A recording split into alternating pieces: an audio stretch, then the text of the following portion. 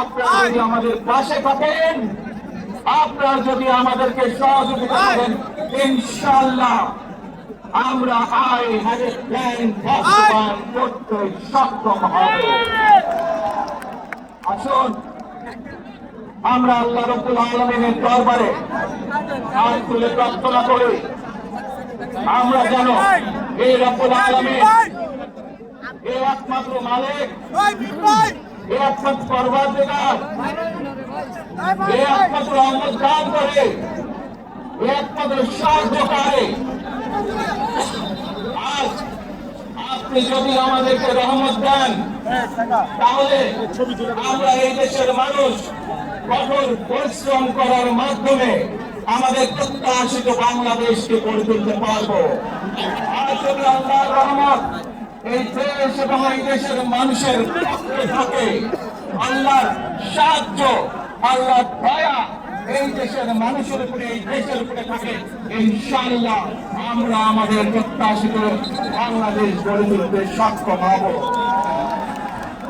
প্রিয় ভাই বোনেরা, আজ আসুন আমরা সকলে মিলে প্রতিজ্ঞা করি, আমরা সকলে মিলে প্রতিজ্ঞা করি যে ইনশাআল্লাহ আগামী দিনে দেশ পরিচালনার দায়িত্বে যারা আসবে, আমরা সকলে নবী করিম সাল্লাল্লাহু আলাইহি ওয়াসাল্লামের এই ন্যায়পরায়ণতা, সেই ন্যায়পরায়ণতার আলোকে আমরা দেশ পরিচালনার সর্বোচ্চ চেষ্টা করব। প্রিয় ভাই বোনেরা, আজ আপনারা জানেন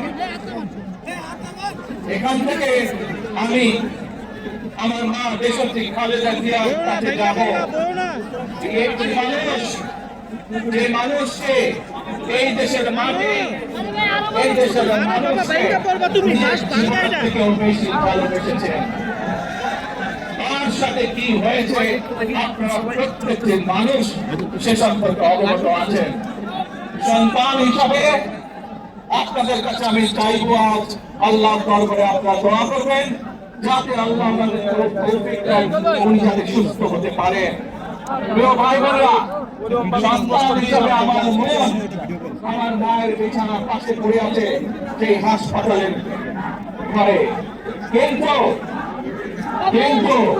সেই মানুষটি যাদের জন্য জীবনকে উৎসর্গ করেছে, অর্থাৎ আপনারা এই মানুষগুলোকে যাদের জন্য উৎসর্গ করেছেন নিজের জীবন, সেই মানুষগুলোকে আমি কোনোভাবে ফেলে যেতে পারি না। এবং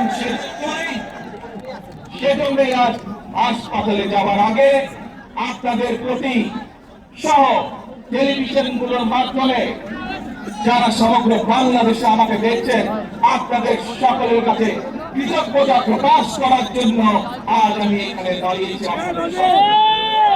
ভাই বোনেরা, আসুন আমাদেরকে আজকে নিশ্চিত করতে হবে আমরা যে ধর্মের মানুষ হই, আমরা যে শ্রেণীর মানুষ হই, আমরা যে দলের রাজনৈতিক দলের সদস্য হই অথবা একজন নির্দলীয় ব্যক্তি হই, আমাদেরকে নিশ্চিত করতে হবে যে কোনো মূল্যে আমরা আমাদের এই দেশের শান্তি শৃঙ্খলাকে ধরে রাখতে হবে।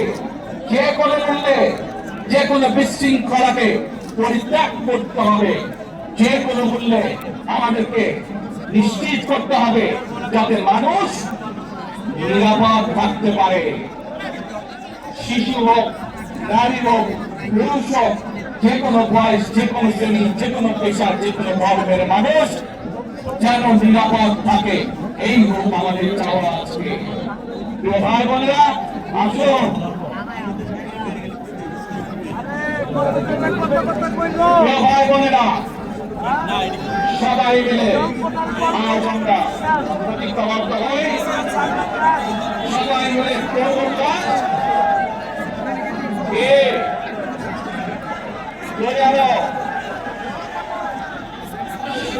সবাই মিলে করব কাজ, বাংলাদেশ ইনশাআল্লাহ আপনাদের সকলের কাছে দোয়া আছে আমাদের সকলকে যে কোনো মূল্যে দেশে শান্তি শৃঙ্খলা রক্ষার আহ্বান জানিয়ে যে কোনো বিশৃঙ্খলাকে পরিহার করে ধৈর্যের সাথে মোকাবেলা করার আহ্বান জানিয়ে আমার বক্তব্য শেষ করছি। আমারও আপনাদের কাছে কৃতজ্ঞতা প্রকাশ করছি আজকে আমাকে এইভাবে বরণ করে নেওয়ার জন্য। আল্লাহ হাফেজ। বাংলাদেশ জিন্দাবাদ। বাংলাদেশ জাতীয়তাবাদী দল জিন্দাবাদ।